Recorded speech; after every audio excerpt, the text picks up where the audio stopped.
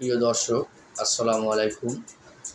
প্রতিদিনের মতন আজকেও সেই পথশিল্পী রাজুর কণ্ঠে নতুন আরেকটি গান। আপনাদের যদি ভালো লাগে তাহলে তাকে উৎসাহিত করুন এবং লাইক কমেন্ট শেয়ার করুন এবং সহযোগিতা করুন।